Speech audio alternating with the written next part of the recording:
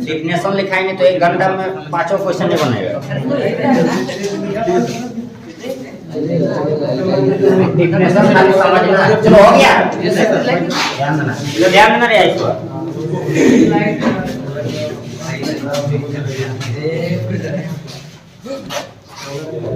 Challenge कर दीजिए phone. हाँ क्या बोल रहा मोबाइल और फोन आए हुए क्या दिक्कत, बात कर लेंगे।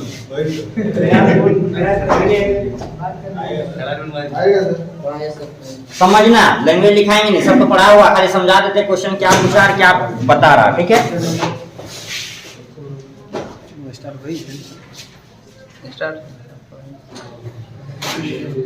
पिछला क्लास हम लोग डिस्कस किए थे ऑब्जेक्टिव के बारे में। ठीक है, और आज जो है सब्जेक्टिव क्वेश्चन जेट मॉडल 2023 का हम लोग डिस्कस करेंगे।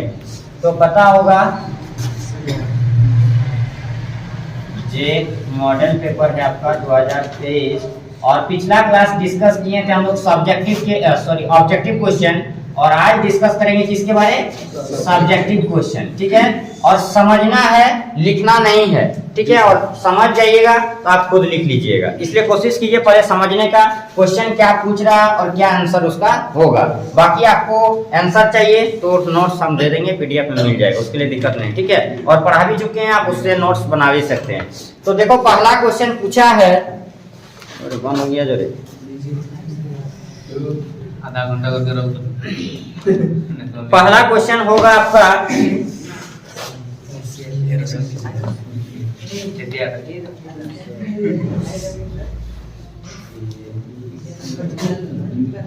क्वेश्चन पूछा, ध्यान दीजिएगा। पहला क्वेश्चन एरोसॉल का एग्जांपल बताना है। किसका एग्जांपल, एरोसॉल।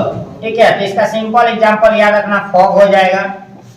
ठीक है, फॉग, फॉग का जमाना चल रहा है। ठीक ना, तो आंसर क्या हो जाएगा, फॉग। या फिर एयर प्लस एयर और धुआं, धुआं का शायद क्या बोलेंगे उसको, स्मोक, स्मोक। ठीक है, इसका मिक्सचर, ये भी हो जाएगा तुम्हारा एग्जांपल किसका, एरोसॉल का। ठीक है, ये हो गया एरोसॉल का एग्जांपल, फॉग दे सकते हैं, या फिर the mixture of air plus smoke, यानी हवा और धुआं का जो मिक्सचर है, इसको भी क्या कहा जाता है, एरोसॉल कहा जाता है। बहुत सारा एग्जांपल है, इसमें आप देख सकते हैं। ठीक है, सेकंड क्वेश्चन माय डियर पूछा है मेटलर्जी क्या है। एकदम सिंपल क्वेश्चन पूछा है, एक्सट्रैक्शन ऑफ मेटल से। कौन सा चैप्टर से पूछा है, एक्सट्रैक्शन ऑफ मेटल से। और क्वेश्चन पूछा है मेटलर्जी क्या है, क्वेश्चन में जाने नहीं मेटलर्जी। तो मेटलर्जी क्या बताए थे कि अयस्क से प्योर धातु प्राप्त करना, यानी ओर्स से, किसी भी ओर्स से।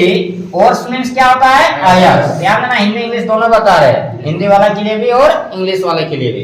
तो किसी भी अयस्क से, दैट मींस ओर्स से, जब हम लोग प्योर मेटल प्राप्त करते हैं, क्या करते हैं, प्योर मेटल प्राप्त करते हैं, और इसी प्रोसेस को क्या कहा जाता है, मेटलर्जी कहा जाता है। ठीक है, इसी प्रोसेस को हम लोग क्या कहते हैं, मेटलर्जी कहते हैं। यानी the process in which pure metal is obtained, that is called metallurgy. जिस विधि से प्योर मेटल प्राप्त किया जाता है, और कहां से प्राप्त होता है, अयस्क से। ठीक है, किसी भी अयस्क से शुद्ध धातु प्राप्त करने की प्रक्रिया को हम लोग क्या कहते हैं, मेटलर्जी कहते हैं। क्लियर है, चलो क्वेश्चन नंबर 3 ध्यान देना। क्वेश्चन नंबर 3 माय डियर पूछा है, एवं hydride of group 15 elements which have lowest boiling point, यानी ग्रुप 15 में पी ब्लॉक, याद करो पी ब्लॉक में कितने ग्रुप होते हैं, पी ब्लॉक में ग्रुप होते हैं आपका 6। कितना ग्रुप होते हैं, 6। पीरियड कितना होते हैं, पीरियड भी 6 होते हैं। क्लियर है, यहाँ से देखो ये सब ऑब्जेक्टिव पूछ सकता है, कितने ग्रुप होते हैं, 6 ग्रुप। कितने पीरियड होते हैं, 6 पीरियड। पूछे कि कितने एलिमेंट होते हैं पी ब्लॉक में, तो 31 एलिमेंट। कितने एलिमेंट, 31 एलिमेंट। पूछेगा पी ब्लॉक का कॉन्फ़िगरेशन बताओ, क्या होता है कॉन्फ़िगरेशन, NH2 NP1 से 6। बोलो क्लियर है यहाँ तक। देखो ये यही सब क्वेश्चन ऑब्जेक्टिव पूछेगा आपको। आइए, तो यही सब क्वेश्चन ऑब्जेक्टिव पूछेगा, और जो पूछा है उसमें क्या पूछा है हम लोग देखते हैं। क्वेश्चन पूछा है ग्रुप 15 में से सबसे कम बॉइलिंग पॉइंट किसका होता है, कौन सा एलिमेंट का या कौन सा हाइड्राइड का जो है बॉइलिंग पॉइंट सबसे कम होता है। पी ब्लॉक में कौन सा हाइड्राइड, ठीक है, कौन सा हाइड्राइड का बॉइलिंग पॉइंट क्या होता है, कम होता है, सबसे कम होता है। समझना है क्वेश्चन, ठीक है। ये सब हो गया ऑब्जेक्टिव क्वेश्चन। पी ब्लॉक का 4 क्वेश्चन, 4 में से एक आएगा, ठीक है। एकदम दिमाग में सेट कर लो, यही में से कुछ ना कुछ पूछ देगा तुमको। पूछ देगा कितने एलिमेंट होते हैं, 31। कॉन्फ़िगरेशन क्या होता है, ये होता है। ग्रुप कितने होते हैं, 6 होते हैं। पीरियड कितने होते हैं, 6 होते हैं। और क्या पूछ सकता है, ग्रुप का नाम पूछ देगा। ग्रुप कहां से कहां तक होता है, ग्रुप 13 से 18 तक, ग्रुप 13 से 18 तक। और ग्रुप 13 का नाम क्या बताए थे, बोरॉन फैमिली। ग्रुप 13 का बोरॉन फैमिली, ग्रुप 14 का कार्बन फैमिली, ग्रुप 15 का नाइट्रोजन फैमिली, ग्रुप 16 का ऑक्सीजन फैमिली, ग्रुप 17 को हैलोजन फैमिली, और जीरो ग्रुप, लास्ट जो ग्रुप 18 था उसको क्या कहते हैं, नोबल गैस या जीरो ग्रुप। क्लियर हो गया। चलो, तो इसका देखो आंसर क्या होगा। क्वेश्चन नंबर 3 में जो पूछा है कि हाइड्राइड कौन सा पी ब्लॉक का हाइड्राइड का बॉइलिंग पॉइंट कौन होता है, तो इसका आंसर याद रखना PH3, ठीक है, फास्फोरस हाइड्राइड। कौन सा हाइड्राइड, फास्फोरस हाइड्राइड। PH3 का नाम क्या था, फॉस्फीन। क्या बोलते हैं इसको, फॉस्फीन कहा जाता है। तो फॉस्फीन का जो बॉइलिंग पॉइंट है वो आपका क्या होता है, लो होता है। क्या होता है, लो होता है। ये ऑब्जेक्टिव सब्जेक्टिव क्वेश्चन है, 1 मार्क्स का डायरेक्ट आंसर देने वाला क्वेश्चन। चलो, क्लियर है यहाँ तक, बोलो किसी को दिक्कत है तो बोलो। सबसे ज्यादा किसका होता है, सबसे ज्यादा हो जाएगा तुम्हारा NH3 का। NH3। हाँ। उसके बाद क्वेश्चन नंबर 4 देखो, सब्जेक्टिव क्वेश्चन, ऑब्जेक्टिव क्वेश्चन को ही सब्जेक्टिव बनाया और सब्जेक्टिव को ही ऑब्जेक्टिव बनाया है। पूछा है Mn2+ में, ध्यान दीजिएगा, यहाँ पे नोट कर लीजिए। क्वेश्चन नंबर 4 देखते हैं। क्वेश्चन नंबर 4 का सॉल्यूशन देखिएगा। क्या पूछा है, Mn2+, एकदम प्यारा सा क्वेश्चन है, एकदम देख सकते हैं। तो Mn मींस मैग्नीज, मैग्नीज का एटॉमिक नंबर 25। तो सबसे पहले 25 का कॉन्फ़िगरेशन निकालो। क्या होता है, 1s2 2s2 2p6 3s2 3p6 4s2 3d5। निकल गया 25 का 3d5, 1s2 2s2 2p6 3s2 3p6 4s2 3d5। ये सब 11 में रटा दिए थे। School school, public school public school, DPS DPS, फालतू DPS, खत्म गया, कुछ काम का नहीं DPS। तो पूछ रहा है कि Mn2+ में, अभी तो हम लोग सिर्फ Mn का निकाले हैं 25 का, अब यहाँ कितना प्लस है, 2 प्लस। कल बता रहे थे ये क्वेश्चन, इस प्लस में क्या होता है, बढ़ता है कि घटता है, घटता है। तो कहाँ से हटाएंगे, लास्ट ऑर्बिट। लास्ट ऑर्बिट कौन है, 4s। तो यहाँ से 2 इलेक्ट्रॉन जब हटा देंगे तो क्या बचेगा, 4s 0 हो जाएगा, यानी इसका काम खत्म हो गया। अब बचा कौन कौन, जो बचा उसमें लिख दो, यही वाला बॉक्स बना दो सबका अपना अपना। P में कितने ऑर्बिटल, 3। D में 5, 1 2 3 4 5। चलो, यहाँ से सब फुल है, देख सकते हैं, ये सब भरा हुआ 2-2 करके, सब में पेयर इलेक्ट्रॉन, सब में पेयर है। यहाँ पर सिंगल पहले भरेंगे किसके अनुसार, चाचा के अनुसार। चाचा का रूल ही ना बताया था कि पहले एक एक इलेक्ट्रॉन भरना है, चाची के साथ मत जाना। 1 2 3 4 5। तो ये जो 5 इलेक्ट्रॉन है 5 पेयर में नहीं है। पूछा था अनपेड इलेक्ट्रॉन कितना, जो पेयर नहीं है। तो अनपेड इलेक्ट्रॉन आपका कितना हो जाएगा, 5। आंसर हो जाएगा 5।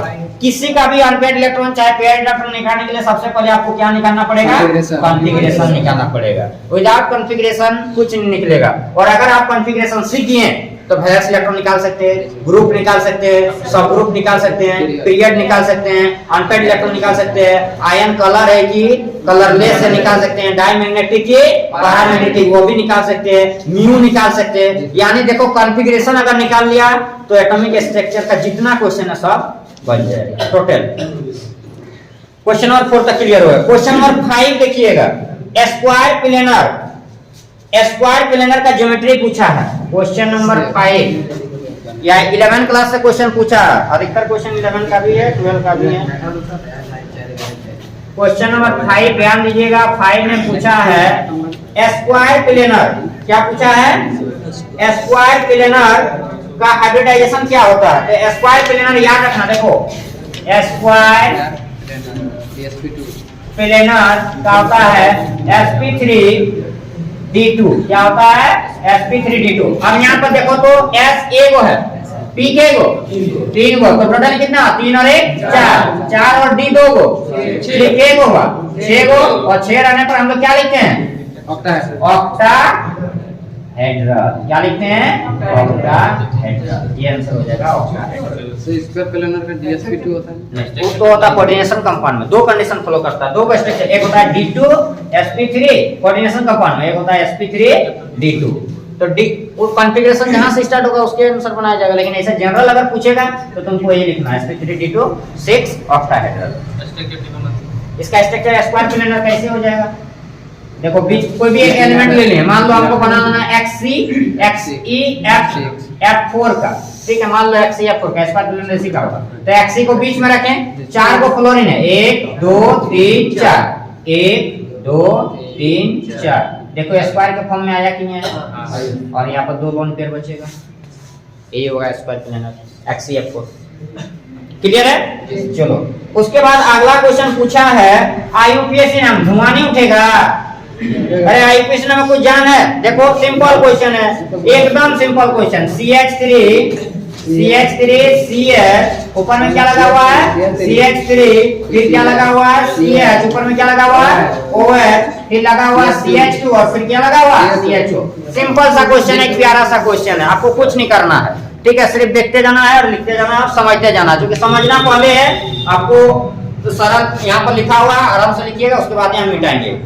तो देखो यहाँ पर क्या दिया हुआ, देखो कितना कार्बन चेन है 1 2 3 4 5, लॉन्ग चेन में कितना है 5 है। तो हम लोग सबसे पहले किसको देखते हैं, लॉन्ग चेन की शॉर्ट चेन को। लॉन्ग चेन, क्योंकि IUPAC में निकालने के लिए हमको 5 चीज का जरूरत पड़ता है, word root, primary suffix, secondary suffix, prefix और काउंटिंग, यही ना। लेकिन काउंटिंग तो यहीं दिखा देते, उसका जरूरत नहीं पड़ता। तो देखो यहाँ पर लॉन्ग चेन में वर्ड रूट हम लोग निकालेंगे। सबसे पहले वर्ड रूट ध्यान दीजिएगा, अगर नहीं पढ़े हैं IUPAC नाम तो आप केमिस्ट्री अड्डा चैनल पर जाइए, वहाँ IUPAC नाम का वीडियो रखा हुआ है, बहुत सारा वीडियो बना हुआ है, आप वहाँ से देख सकते हैं। अगर किसी को समझ में नहीं आया है तो, और आया है तो डायरेक्ट यहाँ समझो, कोई तकलीफ नहीं। चलिए, तो वर्ड रूट यहाँ पर लॉन्ग चेन में हम लोग सीधा डायरेक्शन में जा रहे हैं, तो 1 2 3 4 5। अगर इधर से जाएंगे तो 1 2 3 4 5। अब सवाल उठता है कि किस डायरेक्शन में चले सर, लेफ्ट से कि राइट से, बताओ। जिधर से सर ऐसा सामने, जिधर से गाधा सामने आता है। तो यहाँ पर गाधा कौन है, ये है एल्डिहाइड ग्रुप। कौन सा ग्रुप, एल्डिहाइड ग्रुप। सबसे पावरफुल ग्रुप एल्डिहाइड है इस कंपाउंड पर, इस ऑर्गेनिक कंपाउंड पर। कौन है, एल्डिहाइड है। तो हम लोग किधर से काउंटिंग करेंगे, इधर से काउंटिंग करेंगे, ठीक है। तो जब इधर से काउंटिंग करेंगे तो कितना हो जाएगा, 5 हो जाएगा। देख लो 1 2 3 4 5, और 5 के लिए हम लोग क्या लिखते हैं, पेन लिखते हैं। चलिए, कोई तकलीफ कष्ट परेशानी, अरे किसी को बोलो नहीं। अब क्या निकालेंगे, बोलो PS। क्या निकालेंगे, PS। तो PS का काम क्या है, बॉन्ड को देखना। PS का काम क्या है, बॉन्ड को देखना। सब सिंगल बॉन्ड से चमक रहा, देख लो सब सिंगल बॉन्ड से चमक रहा। तो सिंगल के लिए क्या लिखते हैं, AN। कोई दिक्कत नहीं सर। अब चल जाओ, गाधा को पकड़ो, दो गाधा है, SS डबल S, ठीक है। तो SS नाम क्या बताएं, एल्डिहाइड है, और एल्डिहाइड का SS नाम क्या होता है, AL। क्या होता है, AL। चलो अब एक्स्ट्रा ग्रुप आ जाओ, प्रीफिक्स। प्रीफिक्स किसको बोलते हैं, जो बच जाता है गाधा को सिलेक्ट करने के बाद, SS को लेने के बाद जो एक्स्ट्रा ग्रुप बच जाता है, दैट इज कॉल्ड प्रीफिक्स। तो यहाँ पर देखो ये SS हो गया, ये क्या था, SS था, वो हो गया SS। उसके अलावा कौन कौन ग्रुप बचा, SS के अलावा एक ये वाला बचा और एक ये वाला बचा, यही ना, 2 को बचा। तो इसका नाम क्या है, मिथाइल। CH3 का नाम क्या है, मिथाइल, और OH का नाम हाइड्रोक्सी। तो पहले H आएगा कि M आएगा, H आएगा अकॉर्डिंग टू अल्फाबेटिकल। तो यहाँ पर क्या लिखेंगे, पहले हाइड्रोक्सी और फिर क्या लिखेंगे, मिथाइल। काम खत्म हो गया। अब चलेंगे आयु कुमारी, ठीक है, यही ना करते हैं, IUPAC नाम लिखते हैं। कहां से कहां, नीचे से ऊपर। ध्यान दीजिएगा, सबसे पहले वर्ड रूट निकालना, फिर क्या निकालना, PS निकालना, फिर क्या निकालना, SS निकालना, फिर क्या निकालना, प्रीफिक्स निकालेंगे, और लास्ट में क्या लिखेंगे, आयु कुमारी। अगर किसी को इसमें से दिक्कत है तो आप IUPAC नाम का वीडियो देख सकते हैं, ठीक है। आप देख ही लेना, अगर समझ में नहीं आ रहा, क्योंकि यहाँ से क्वेश्चन आएगा ही आएगा। एक क्वेश्चन फिक्स है, IUPAC नाम से आएगा ही, ठीक है।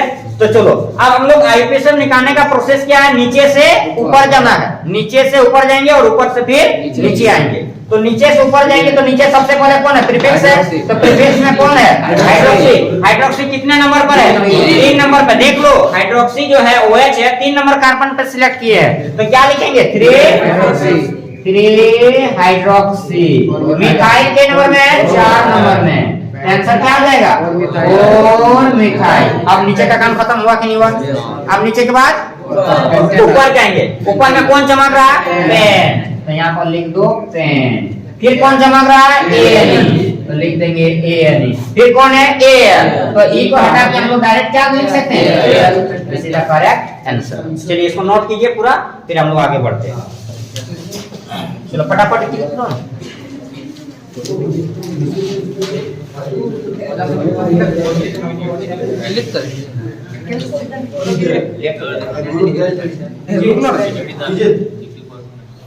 हो गया, चलो जल्दी करो, मिटाएंगे। हो गया ना, चमक रहा है।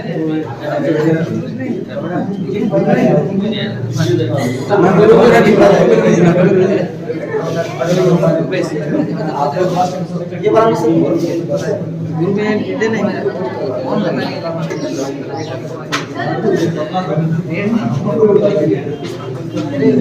चलिए अल्लाह ने ध्यान दीजिएगा।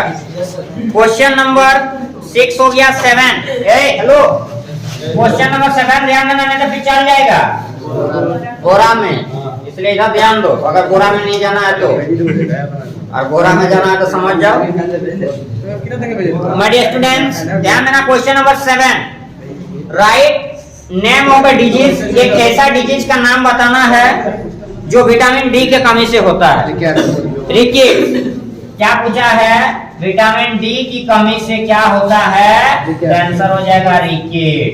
क्या हो जाएगा, रिकेट। इंग्लिश में रिकेट्स बोलते हैं, हिंदी में रिकेटस। क्लियर है, अरे बोलो। तो क्वेश्चन नंबर 7 खत्म।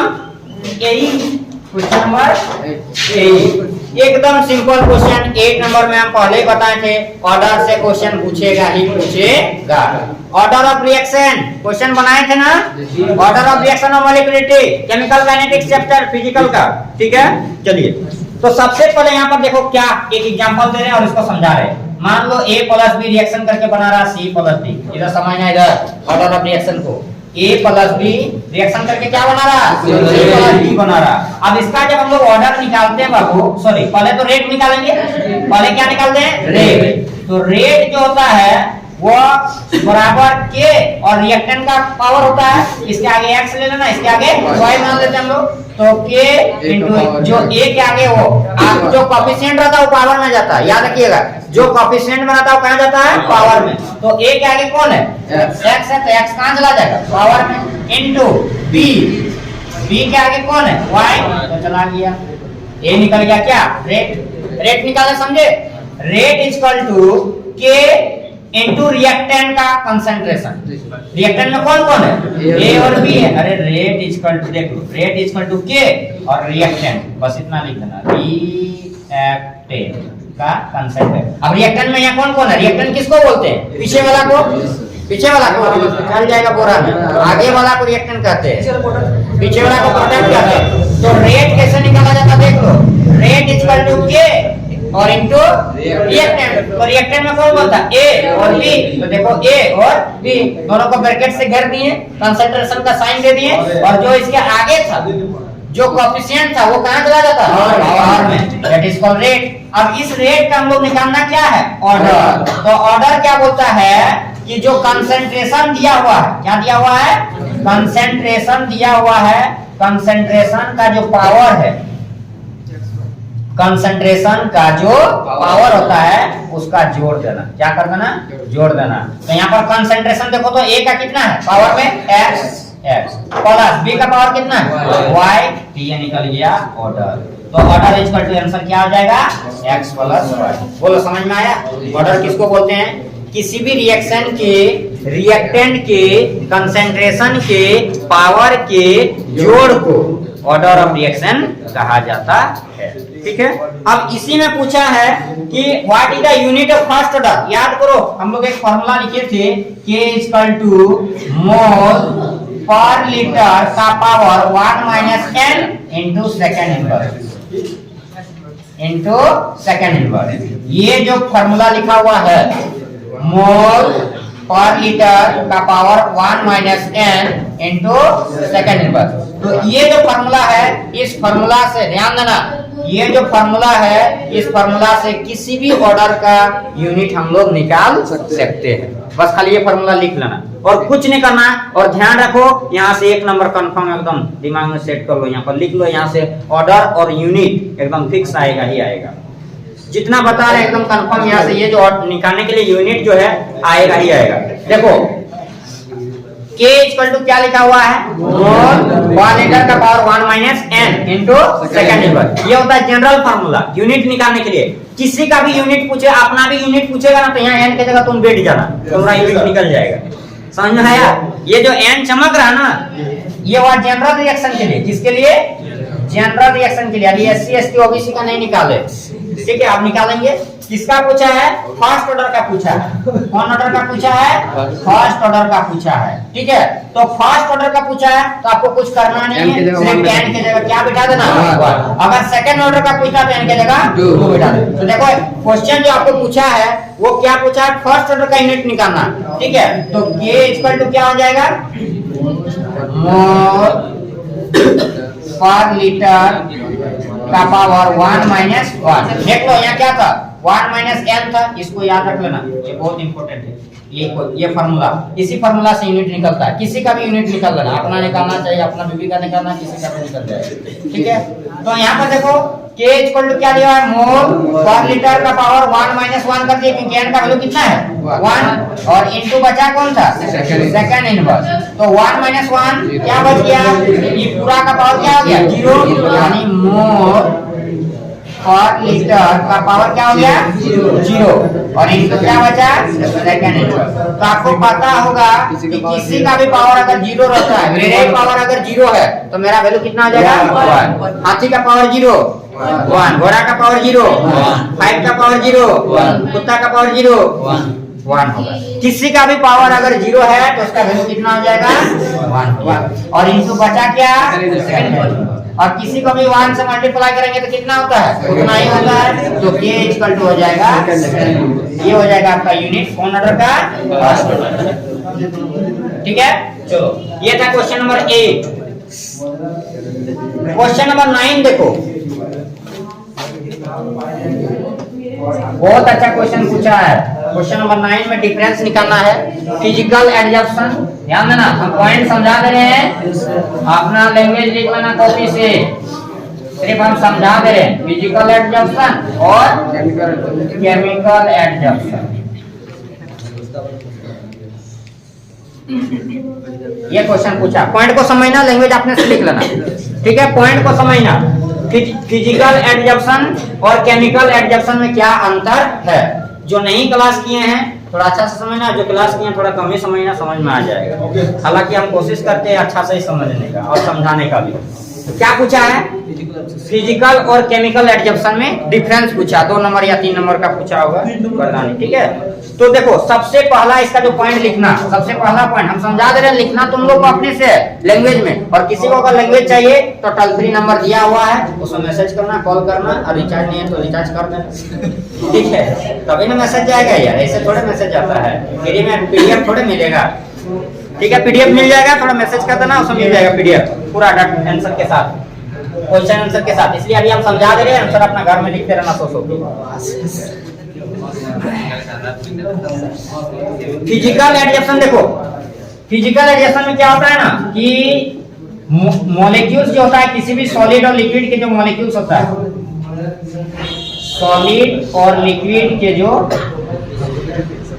समझना इधर पॉइंट को, सॉलिड और लिक्विड के जो मॉलिक्यूल्स होता है एक दूसरे से कनेक्ट रहता है। क्या रहता है?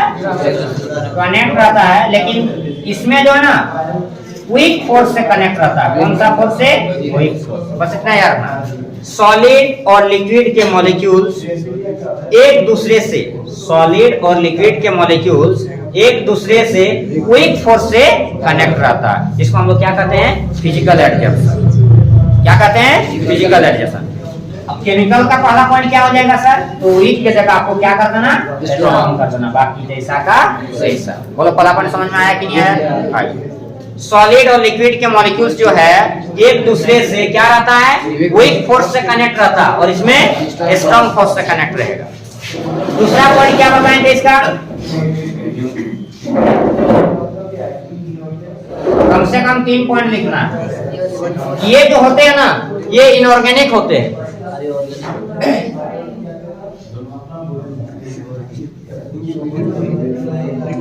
इनऑर्गेनिक कंपाउंड होते हैं। और ये क्या होते हैं आपका? ऑर्गेनिक कंपाउंड होते हैं। ठीक है। दूसरा पॉइंट क्या लिखेंगे इसमें बताएं कि ये कलरलेस, ये क्या होता है? कलरलेस होता है। और ये क्या होता है? कलरफुल लिख देना या कलरलेस नहीं होता है।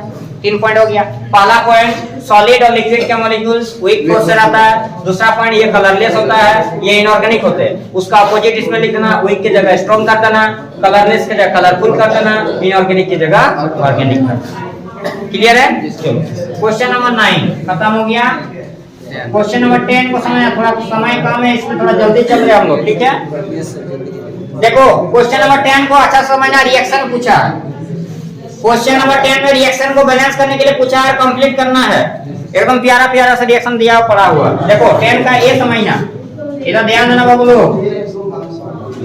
CH3 CH2 CH double bond CH2 HBr और ऊपर में क्या जमा हो रहा है?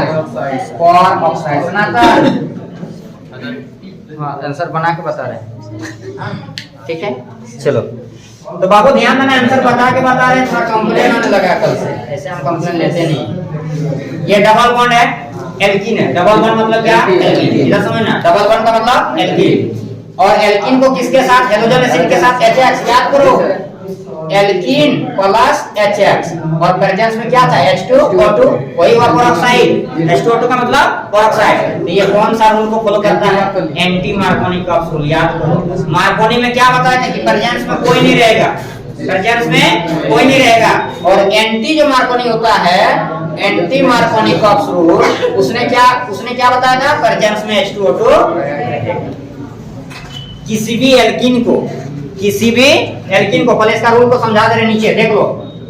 किसी भी एल्कीन को जब हम लोग HBr के साथ यानी HX के फॉर्म में रहता है, किस फॉर्म में? HX के फॉर्म में रहता है, और किसका प्रेजेंस में? H2O2 का प्रेजेंस में जब रिएक्शन कराते हैं तो ये जो हेलोजन एसिड का जो हाइड्रोजन है, समझना, और एल्कीन में क्या 2 कार्बन कम से कम लेना पड़ेगा। ठीक है। तो किसी भी एल्कीन को जब हम लोग हेलोजन एसिड के साथ रिएक्शन कराते हैं तो ये जो हेलोजन एसिड है, ये जो क्या है? हेलोजन एसिड है, इसका जो हाइड्रोजन है ये उस कार्बन के पास जाएगा। यहाँ देखो 2 कार्बन है, तो दोनों में से उसी के पास जाएगा जिसके पास कम हाइड्रोजन होता है, जिसके पास कम हाइड्रोजन होता है। जिस कार्बन में हाइड्रोजन की संख्या कम होती है वहीं पर कौन चला जाता है? हाइड्रोजन चला जाता है। हाइड्रोजन कहाँ जाएगा? जहाँ हाइड्रोजन कम होगा। हाइड्रोजन कहाँ जाएगा? जहाँ हाइड्रोजन कम होगा। कौन बताया था? Markovnikov, anti Markovnikov rule. किसके अनुसार? Anti Markovnikov. अगर ये प्रेजेंस में नहीं रहता तो मार्कोनी तब अधिक वाला के पास जाएगा। ध्यान देना, अगर प्रेजेंस में है तो कम वाला के पास भेजना, और प्रेजेंस में अगर नहीं रहेगा तो अधिक वाला के पास भेजना। तो यहाँ पर प्रेजेंस में है तो ये देखो, हमको डबल बॉन्ड ये दोनों के बीच है। ध्यान देना, ये कार्बन और ये कार्बन के बीच डबल बॉन्ड है। अब ये दोनों में देखो हाइड्रोजन किसके पास कम है? ये दोनों कार्बन में हाइड्रोजन किसके पास कम है?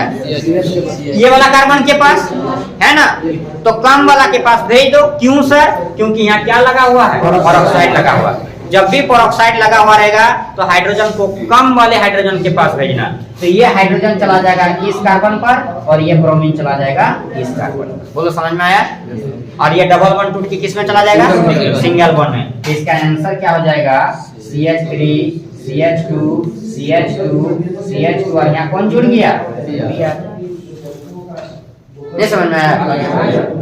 बी नंबर देखो, क्वेश्चन नंबर बी, इसी का 10 का बी, ये सब लिख लेना जो मिटा दे रहे हैं। 10 का बी समझो आप, ये भी सिंपल है देखो, CH3 CH2 Br plus AgCN के साथ, किसके साथ? AgCN। सिंपल क्वेश्चन पूछा माय डियर, ठीक है। ये नहीं दिख रहा है,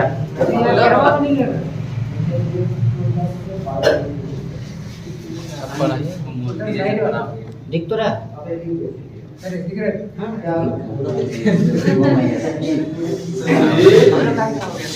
अरे यार मन की आंखों से देखो तब ना दिखेंगे। कहाँ कहाँ नया रहता दिखता है, कोई बात नहीं, प्यार से देखो अच्छा दिखेंगे तो उतना भी खराब नहीं है। तो देखो इधर है, जल्दी इधर समझना। तो एल्काइल हैलाइड है कि नहीं है? अरे ये एल्काइल हैलाइड है कि नहीं है? RH के फॉर्म में ये देखो R है और ये क्या है? X है। तो एल्काइल हैलाइड को जब हम लोग AgCN के साथ रिएक्शन कराते थे तो ये Ag, ये X Ag को बोलता है Ag, आइए ये जो X है, X किसको बोलता है? Ag को। ये X जाता है Ag के पास और Ag को बोलता है Ag, आइए। तो Ag बोलता है हाँ जी जा रहे हैं। तो ये Ag और ये X दोनों मिल गया और क्या बना देता है? AgX चला गया और बचा यहाँ पर R और यहाँ पर CN बचा।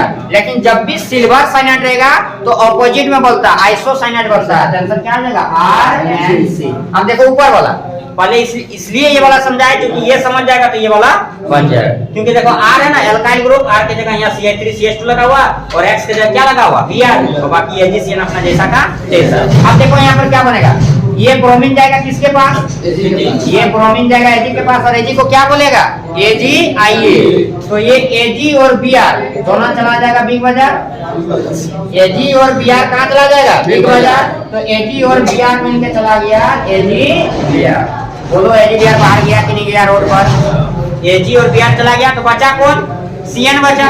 यहाँ पर बचा कौन? CN। ये CN आ जाएगा इसके पास और CN नहीं जुटेगा, N आगे चला जाएगा, C पीछे चला जाएगा, NC का फॉर्म है आइसोसाइनाइड। आंसर हो जाएगा CH3 CH2 NC, इसको बोलते हैं आइसोसाइनाइड। चलो इसको नोट करो फटाफट, 2 मिनट फटाफट नोट करो फिर मिटाएंगे।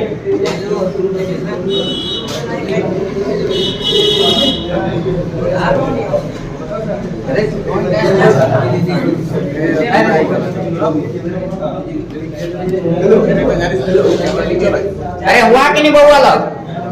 क्या क्या करते रहता है यार, इतना लेट करेगा तो कैसे काम?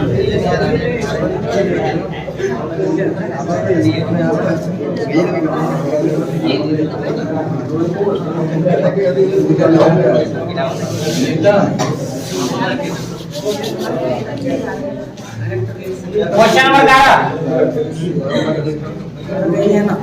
का ए, हल्ला नहीं था समझो। क्वेश्चन नंबर 11 का ए देखो फटाफट, कोई भी अल्कोहल को समझो, पहले जनरल वाला समझा रहे फिर इस क्वेश्चन को बताए थे कि कोई भी अल्कोहल को PCl3 के साथ, किसके साथ? PCl3 को हम वैसे लिख सकते हैं P 3 को Cl, तो क्या बनेगा इधर समझना। कोई भी अल्कोहल को PCl3 के साथ रिएक्शन कराते हैं तो जब भी PCl3 रहता है तो हम लोग कितने अल्कोहल लेते हैं? 3 को। याद रखो, कोई भी अल्कोहल या एसिड, दुनिया का कोई भी अल्कोहल या एसिड को जब PCl3 के साथ रिएक्शन कराते हैं तो अल्कोहल या एसिड को कितना मोल दिया जाता है? 3 मोल दिया जाता है। तो ये अल्कोहल यहाँ पर दिया हुआ एक है आपके सामने क्वेश्चन पर, लेकिन आपको लेना क्या है? 3 को। क्यों? क्योंकि PCl3 जब भी PCl3 रहेगा तो आगे वाला को भी कितना लेना है? 3 मोल लेना, 3 मोल लेना। इसको भी ले दो 3 को, ROH ले लिए। आप देखो यहाँ से क्या निकल जाएगा, यहाँ से तीनों को H और यहाँ से P, तो निकल जाएगा H3PO3, देखो H3PO3 बचा RCl RCl RCl 3R। यही क्वेश्चन आपका पूछा है यहाँ पर, सिर्फ R की जगह देखो क्या दे दिया है? CH3 CH2OH और प्लस दे दिया PCl3। ये क्वेश्चन आपको पूछा, ये लेना कितना मोल आपको? 3 मोल लेना है। कितना मोल? 3 मोल। तो 3 मोल ले लो ना यार, हमको क्या देख रहा है? अच्छा अब देखो यहाँ से 3 गो OH और यहाँ 3 एगो P, तो क्या निकल जाएगा H3PO3 चला जाएगा रोड पर। अरे बोलो H3PO3 चला गया, बचा क्या? देखो इसको शॉर्ट फॉर्म में अगर लिखेंगे तो C2H5 लिख सकते हैं कि नहीं? तो C2H5 C2H5 C2H5 3 गो और 3 गो क्लोरीन यानी 3C2H5 हो गया। चलो बी नंबर देखो 11 का बी फिनॉल को, इसको फिनॉल को कौन के HNO3 के साथ, किसके साथ? कौन के HNO3 को हम लोग इस तरह लिख सकते हैं कि नहीं? कौन के HNO3 के साथ किसका प्रेजेंस में? कौन के H2SO4 का प्रेजेंस में। तो याद करो ऑर्थो एंड पारा, दो को बनेगा, एक नाइट्रो जाएगा ऑर्थो में, एक नाइट्रो जाएगा पारा में। और यहाँ पर हम लोग हाइड्रोजन दिखा सकते हैं कि नहीं दिखा सकते हैं? ये होता है ऑर्थो, ये होता है पारा, दो को बन जाएगा सिंपल। एक जाएगा ऑर्थो में, एक नाइट्रो जाएगा ऑर्थो में और एक नाइट्रो जाएगा पारा नाइट्रो होगा। और क्या निकल जाएगा? देखो यहाँ से H और यहाँ से OH, यहाँ से H और यहाँ से OH, के को पानी जाएगा? दो को पानी बाहर चला जाएगा। यहाँ 2 फिनॉल बना, आगे 2 लगा देना, सिंपल है। इसको देख लेना अच्छा तो समझ के, नहीं समझ में आएगा टोल फ्री नंबर में बात कर लेना, नहीं उठाएंगे। चलो देखो एक क्वेश्चन पूछा है DNA और RNA, ये सब बायो वाला को तो अच्छा से पता ही होगा, आपको बताने का जरूरत नहीं, हालांकि बायो इसमें से किसी का है कि नहीं बोल पा रहे, ठीक है ना। तो देखो DNA और RNA का 3 पॉइंट हम सिंपल बताते हैं, एकदम सस्ता वाला, एकदम सिंपल और सस्ता वाला, ठीक है। देखो क्या है DNA और RNA में क्या लिखना है? डिफरेंस लिखना है। तो सबसे पहले क्या करना पता है? सबसे पहले एकदम सस्ता वाला डाल देना।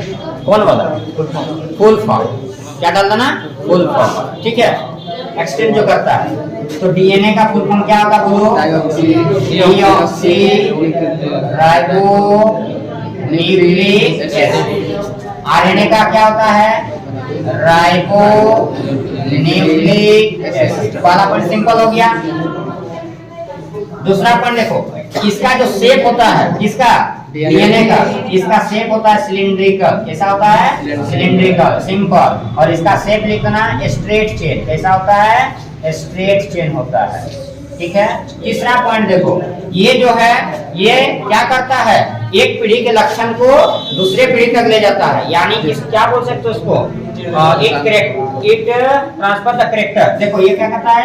कैरेक्टर को ट्रांसफर करता है, CHARACTER। कैरेक्टर को क्या करता है? ट्रांसफर करता है, ट्रांसफर करता है। याद रखना ये जो कैरेक्टर लक्षण गुण, ठीक है, ट्रांसफर करता है किसको? कैरेक्टर को। कहां से कहां तक? One generation to another generation, एक पीढ़ी से दूसरे पीढ़ी में। और ये क्या करता है? ट्रांसफर नहीं करता। खत्म हो गया, सिंपल। 3 पॉइंट लिख देना, 3 नंबर लूट के ले लेना सरकार से। क्वेश्चन नंबर 13, क्वेश्चन नंबर 13 देखो।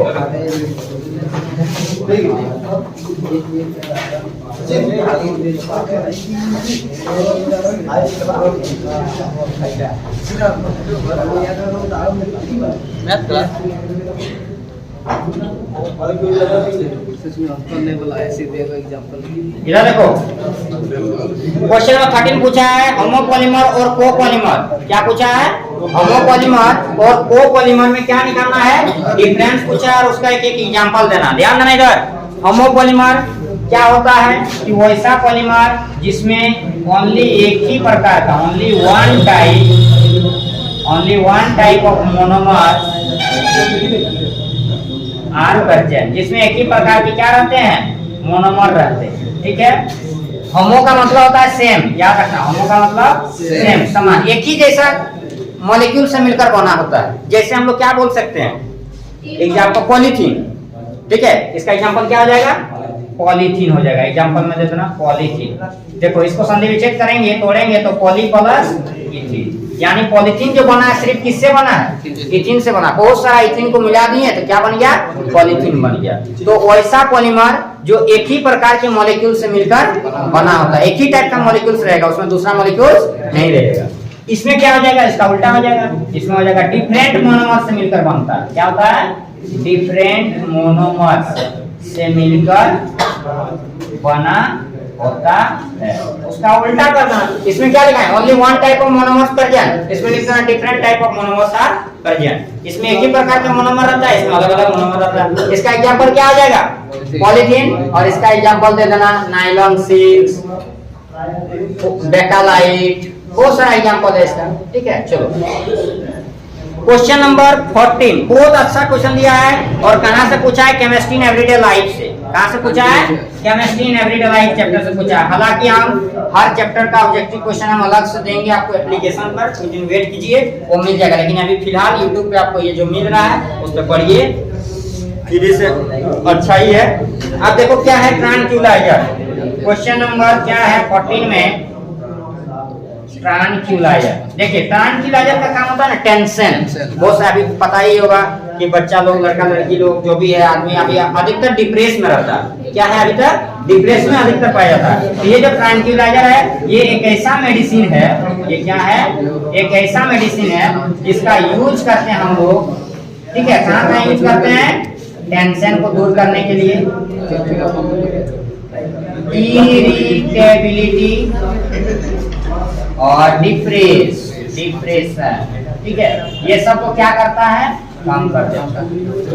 ट्रांक्विलाइजर एक ऐसा मेडिसिन है, एक ऐसा ड्रग्स है जिसका यूज हम लोग कहाँ करते हैं? टेंशन, इरिटेबिलिटी और डिप्रेशन को कम करने के लिए करते हैं। That is called tranquilliser. ठीक है, सेकंड क्या पूछा है? एक पूछा है एनाल्जेसिक्स। क्या है? एनाल्जेसिक्स। देखो एनाल्जेसिक्स क्या होता है? जो दर्द को दूर करता है। किसको दूर करेगा? दर्द को दूर करता है।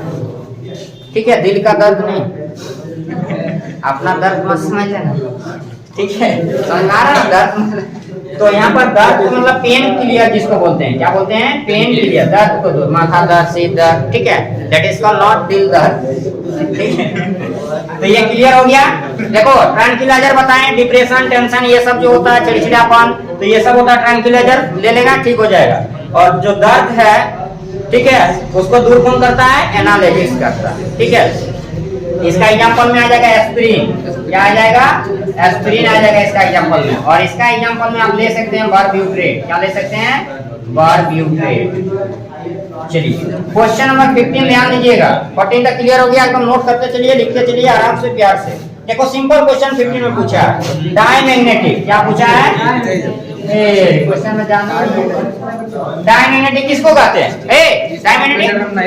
डायमैग्नेटिक जिसमें पेयर इलेक्ट्रॉन रहता है। सिंपल लिख देना, जिसमें पेयर इलेक्ट्रॉन रहता है।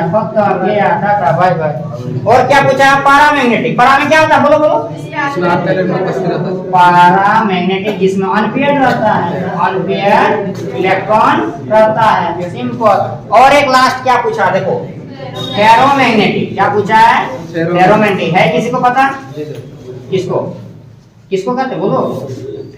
हाँ, फेरोमैग्नेटिक किसको कहते हैं? वैसा केमिकल सब्सटेंस जो चुंबक के क्षेत्र की ओर आकर्षित होता है और यह जो जिसे चुंबकीय क्षेत्र से हटाने के बाद चुंबकीय गुण। Yes, this is the correct answer.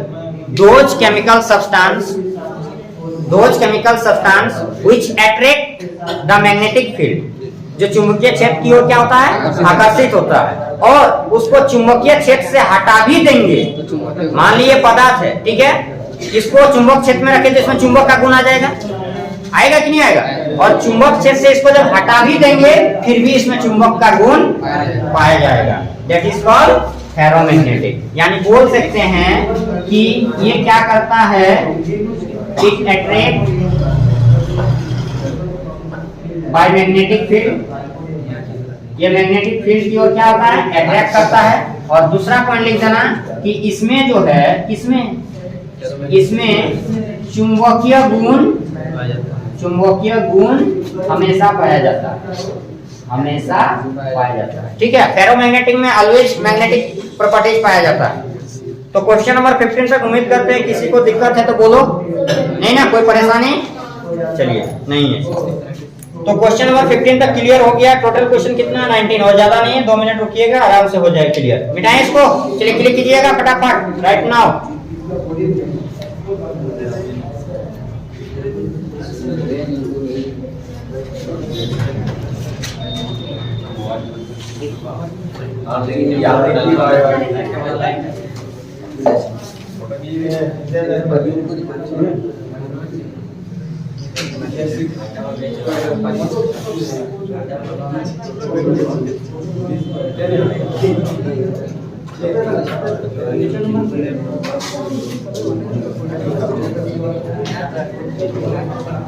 चलिए यहाँ तक नोट हो गया, इसको मिटाते हैं। ध्यान दीजिएगा इधर। क्वेश्चन नंबर 15 तक किसी को कोई तकलीफ, कष्ट, परेशानी, दिल में दर्द, दिल में चोट है तो बताना, दवाई दे देंगे। टेंशन वाला क्या टेंशन ले रहा है? तो किसी को दर्द है तो बोलना, ठीक है, एनालिटिक्स मिल जाएगा।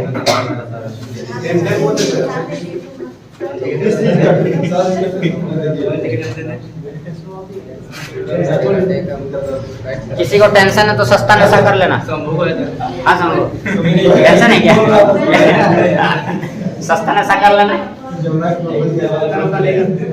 और सस्ता नशा नहीं करता है, चलिए अच्छी बात है, सस्ता नशा नहीं करना चाहिए, हमेशा ब्रांडेड का यूज करो, ब्रांडेड सामान।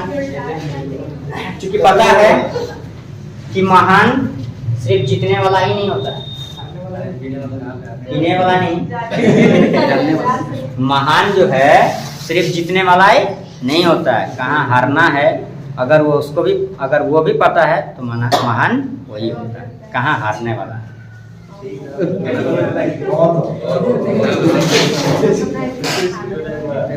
चलो क्वेश्चन नंबर 16 देखना।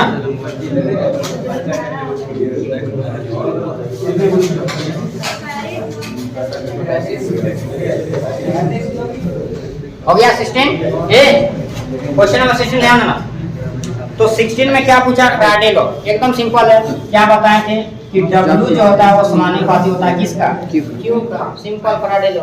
सर W क्या है? W क्या है? जमा पदार्थ का भार। क्या है? जमा पदार्थ का भार। और ये क्या है? इलेक्ट्रिसिटी। इलेक्ट्रिसिटी। जमा पदार्थ का भार मतलब deposited substance, deposited substance, simple. और इसको हटाने के लिए हम लोग क्या लगाते थे? Z इंटू Q, और W इक्वल टू Z, और Q का वैल्यू क्या था? C into T। सीधा फैराडे लॉ प्रूफ। ये इक्वेशन है, ठीक है, सिंपल। तो लिख देना कि इलेक्ट्रिसिटी जितना हम लोग इलेक्ट्रोलाइट में इलेक्ट्रिसिटी पास कराते हैं वो किसके डायरेक्टली प्रोपोर्शनल होता है? डिपोजिटेड सब्सटेंस के। डायरेक्टली प्रोपोर्शनल को हटाने के लिए क्या लगाए हैं? Z लगाए, और Z का Z रह गया। Q का वैल्यू क्या होता है? C into T, यानी W equal to Z C T। That is Faraday law, simple था। लैंग्वेज देख लेना, ये हम न्यूमेरिकल समझा दिए उसका, जो बेसिक चीज है इसी से सेंटेंस बनेगा। एक बी में न्यूमेरिकल दिया है, न्यूमेरिकल को हम लोग देख लेंगे, ठीक है। एक 17 नंबर देखिएगा, यहाँ से 5 क्वेश्चन हर साल पूछता है। क्वेश्चन नंबर 17 पे ध्यान दीजिएगा, एकदम हर साल 5 नंबर यहाँ से पूछेगा ही पूछेगा। स्ट्रक्चर बनाने के लिए, क्या बनाने के लिए? स्ट्रक्चर बनाने के लिए पूछता है, स्ट्रक्चर बनाने के लिए।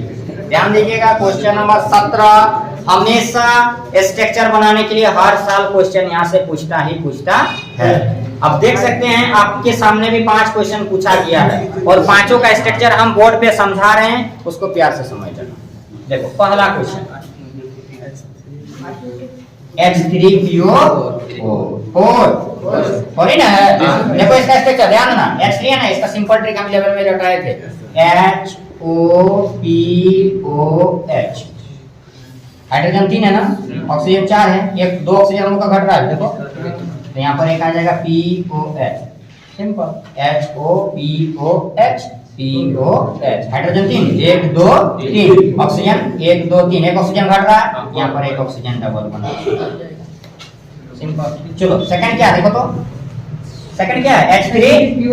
H3PO3, एक ऑक्सीजन घटा देना, इसको मत लिखो ना यार, हटा दो, इसको लिखना ही नहीं, ये वाला ऑक्सीजन मत लिखना, ये जो ऊपर वाला ऑक्सीजन मत देना, बन जाएगा, क्या बन जाएगा? HOPOH, और यहाँ क्या लिखेंगे? POH, simple. क्लियर है? क्वेश्चन नंबर 3, इसी का 3 देखो, इसी का 3 क्या दिया देखो तो, PCl5। तो P देखो, P और ऊपर एक क्लोरीन, नीचे एक क्लोरीन, समझना इधर, इधर एक क्लोरीन, इधर एक क्लोरीन, कितना हुआ? 4, और एक क्लोरीन इधर, या PCl5। उसके बाद क्या दिया? XeO3, ध्यान दीजिएगा, XeO3।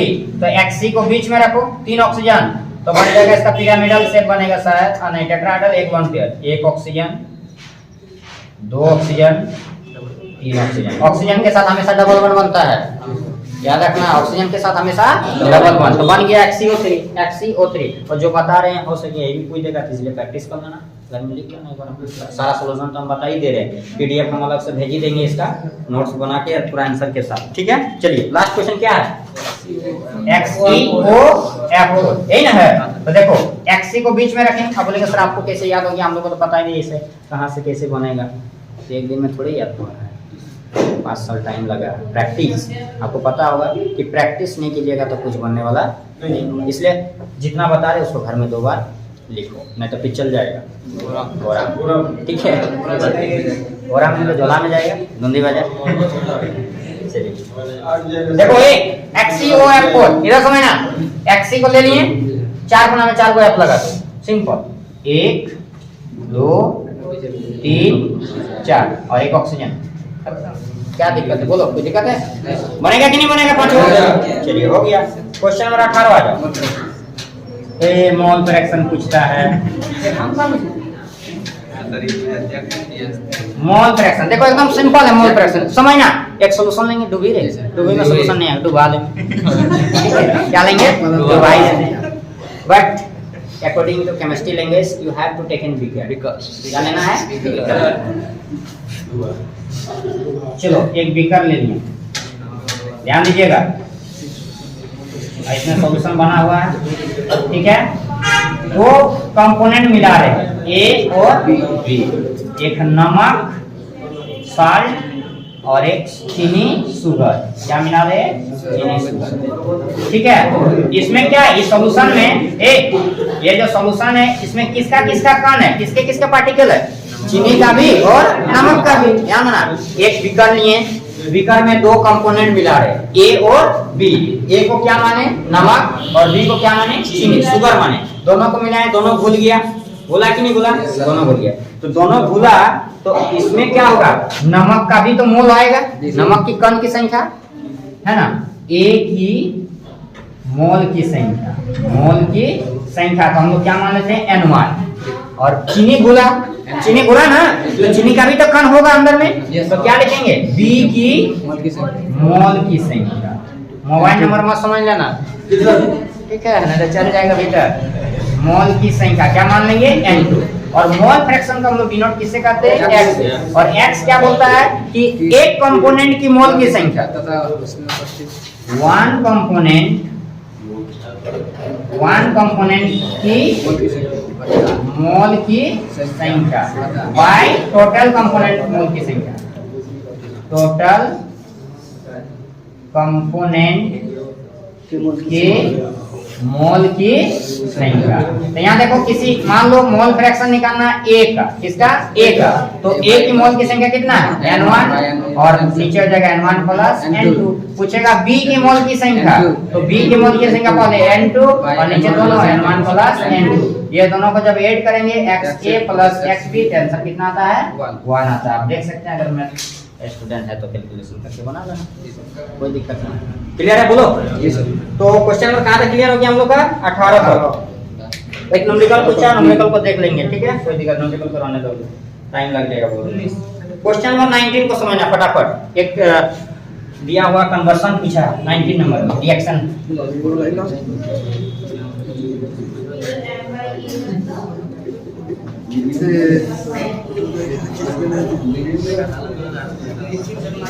देखो यार 19 नंबर, 19 का A, क्वेश्चन नंबर 19 का A, फटाफट हो जाएगा, 2 मिनट। 3 क्वेश्चन है, कितना क्वेश्चन है? A B C D, 4 question है, 4 मिनट लगेगा और क्या। देखो पहला क्वेश्चन क्या पूछा है? एसिटिक एसिड को, किसको? ये इधर समझना, एसिटिक एसिड को किसके साथ रिएक्शन कराने बोला है? SOCl2 के साथ। रिएक्शन को समझो आराम से, सब पहला चैप्टर का रिएक्शन है। अल्काइल हैलाइड कौन चैप्टर का है? अल्काइल हैलाइड का। तो SOCl2 के साथ जैसे कराते हैं तो यहाँ पर क्या होगा, देखो यहाँ से एक H और यहाँ से एक Cl, क्या निकलेगा? HCl, चला गया HCl, समझना। फिर यहाँ से एक ऑक्सीजन और यहाँ से SO, SO2 तो SO और यहाँ से एक ऑक्सीजन क्या निकला SO2 गया। सर यहाँ पर एक क्लोरीन बचा ना, जो हमारे पास 2 क्लोरीन था ना, एक क्लोरीन बाहर गया, तो ये जो एक क्लोरीन बचा वो चला जाएगा CO के पास। यहाँ क्या बन जाएगा CH3CO एसिटाइल क्लोराइड बन गया। क्या बन गया एसिटाइल क्लोराइड। चलो अब क्या बोल रहा है कि जो बना उसको H2 के साथ रिएक्शन करा। ये जो बना ना इसको किसके साथ रिएक्शन कराने बोल रहा है H2 के साथ। ध्यान देना, तो जैसे H2 के साथ कराएंगे तो ये जो CO है ना, ये CO ये टूट जाएगा।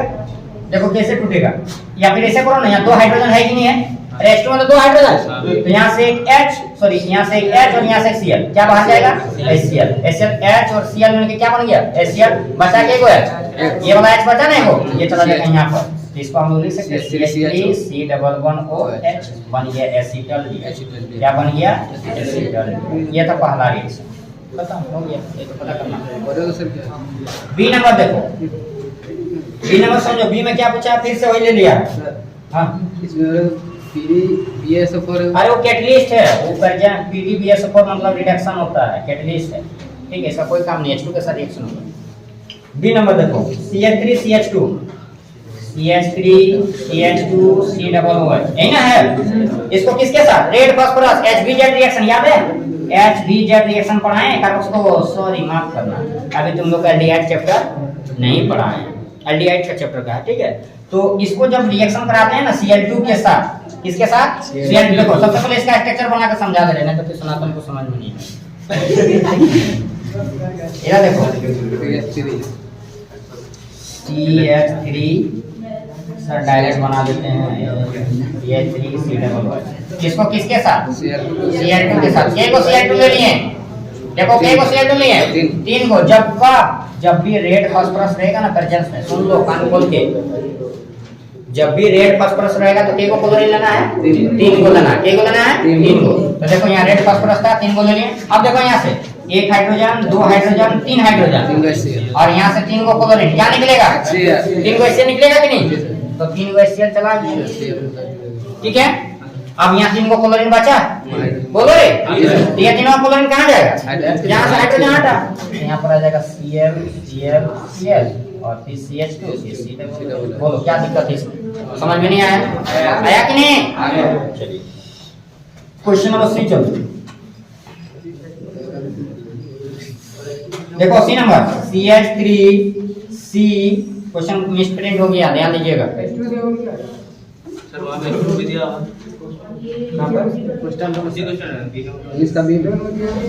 अच्छा नीचे 2 लिखा हुआ है ना, तो H2O के साथ इसका हाइड्रोलाइसिस करा दो। ध्यान देना इधर, इसका हाइड्रोलाइसिस कराने बोला, जो बना उसका फिर से हाइड्रोलाइसिस करा दो HOH के साथ, HOH के साथ। तो जैसे हाइड्रोलाइसिस कराएंगे तो क्या बनेगा, दिमाग लगा, फिर वही हो जाएगा। देखो यहाँ 3 को H लेंगे, 3 को वाटर लेंगे ना, तो 3 को Cl बाहर चला जाएगा, यहाँ पर 3 को क्या जुड़ जाएगा OH जुड़ जाएगा। अरे OH ना आएगा, हाँ 3 को पानी लिए 3 को पानी, और यहाँ से फिर 3 को क्लोरीन को बाहर निकाल लेंगे 3 को H के साथ, तो क्या निकलेगा 3 को HCl निकलेगा, और 3 को क्या बचेगा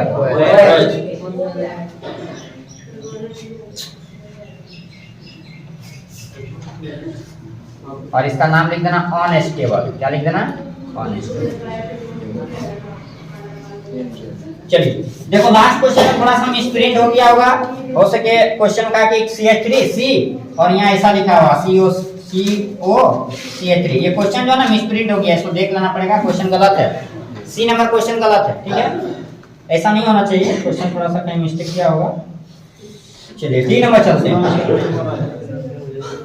सस्ता नशा करके बनाया विनोद होगा, क्वेश्चन बनाने वाला कौन होगा विनोद होगा, इसलिए मिस्टेक किया है। चलिए लास्ट क्वेश्चन देख रहा विनोद, CH3, अरे एल्डिहाइड ग्रुप लगा हुआ CHO, CH3C डबल बॉन्ड लिख सकते हैं कि नहीं, इसको वही ग्रुप है CH3CHO को तोड़ के लिख दिया हम, और इसको रिएक्शन करा दो किसके साथ, तो विनोद यहाँ पर देखो क्या होगा, है क्या विनोद इसमें विनोद नहीं है, चलिए कोई बात नहीं, आप लोग सब विनोद हैं। तो यहाँ पर देख रहा है ना क्या होगा, इधर समझो, डबल बॉन्ड को खाली तोड़ देना, क्या करना विनोद, डबल बॉन्ड को सिंगल कर देना, ये डबल बॉन्ड देख रहा है, तो इसको सिंगल कर देंगे, तो सिंगल कर देंगे ना, तो क्या बन जाएगा CH3C, और ऊपर में खाली ऑक्सीजन बचेगा, और डबल बॉन्ड एक ऊपर रहेगा और एक नीचे आएगा। समझ में आ रहा है? नहीं आ रहा? चलिए, आ रहा तो एक बार लाइक कर दो, और नहीं समझ में आ रहा तो 10 बार डिसलाइक कर दो, लेकिन करना जरूर। ठीक है, चलिए अभी तो ध्यान देना, ये सिंगल बॉन्ड टूट गया, एक ऊपर और एक नीचे, एक ऊपर और एक नीचे, और ये H बोलता है हमको ऑक्सीजन के साथ प्यार हो गया। तो ये हाइड्रोजन ऑक्सीजन के बिना रह नहीं पाता है। हाइड्रोजन क्या बोलता है, ऑक्सीजन के बिना नहीं रह पाएंगे, मर जाएंगे। तो ये H चला गया किसके पास, O के पास, मत मोरो बाप आओ। ठीक है, तो ये H चला गया O के पास, यहाँ क्या बन गया, OH बन गया। और ये CN बचा, बोलता तुम तो छोड़ दिया हमको, हम तो बर्बाद हो गए। अब ये CN बोलता है मेरा कार्बन है, दोस्त बना लेंगे। किसको बना लेंगे, कार्बन। तो नीचे कौन आ जाएगा, CN, और ये अपना H जैसा का this is the correct answer. My dear students, अगर सेशन अच्छा लगा हो तो एक बार जरूर लाइक कीजिएगा, कमेंट कीजिएगा, वीडियो को अधिक से अधिक शेयर जरूर कीजिएगा। ठीक है, तो आज की सवारी समाप्त करते हैं। जय हिंद, जय भारत। चलिए मिलते हैं अगले वीडियो